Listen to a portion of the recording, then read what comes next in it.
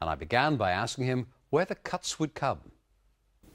Well, first of all, Paul, we're not exactly sure what the cut is going to be, but we know it's going to be quite substantial.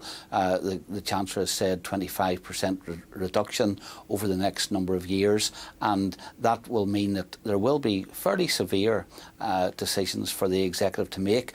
What will we cut will be really up for each of the ministers. Once we've decided how to allocate the budget reductions, then they will have to bring savings plans forward to the Assembly for its consideration. Jobs are bound to be on the line. When will we know where those cuts will fall?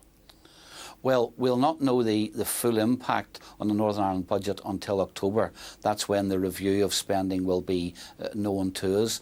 And, of course, we're in a budget planning process at present. But given the fact that 50% of the spend in Northern Ireland is on employment in the public sector, there are bound to be impacts there. The freeze and pay will of course help. We can do voluntary redundancies, and of course there could be a freeze in recruitment. So when will we know where the cuts in the public sector are going to come?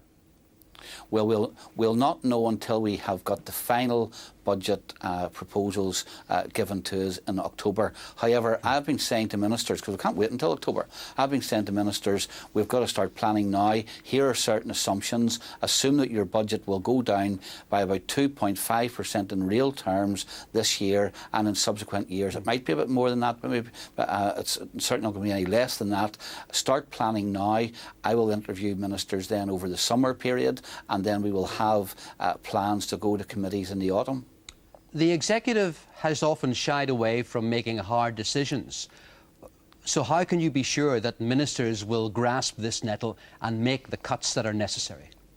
We can't afford not to, because if we overspend, Treasury will really clobber us. So, whether we like to make hard decisions or not, these are being forced upon us. This is not something of our own making. The government at Westminster has made this decision. We will be given a budget, and we've got to work with the budget we've been allocated, and those decisions will have to be reached. The one thing I do hope is that we will not play party politics with this. Let somebody else do all of the running on this, and we'll keep our hands washed clean.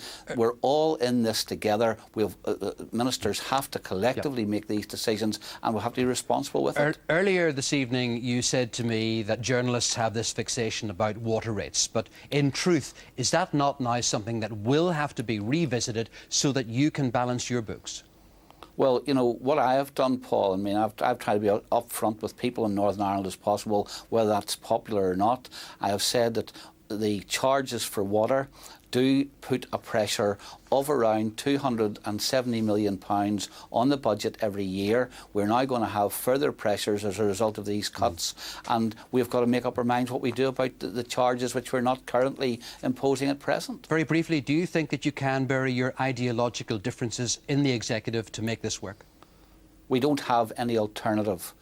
People have volunteered to be part of the Executive. That means they've taken on ministerial responsibility, and if we've got a budget we've got to work with, then we've got to make the decisions, and we've got to make them collectively, and we can't afford to have kind of petty party squabbles here where people say you're to blame and we have nothing to do with this. That's what's happened in the past. It's not good, it's not responsible, and we can't afford it in the future. Sammy Wilson in London, thank you.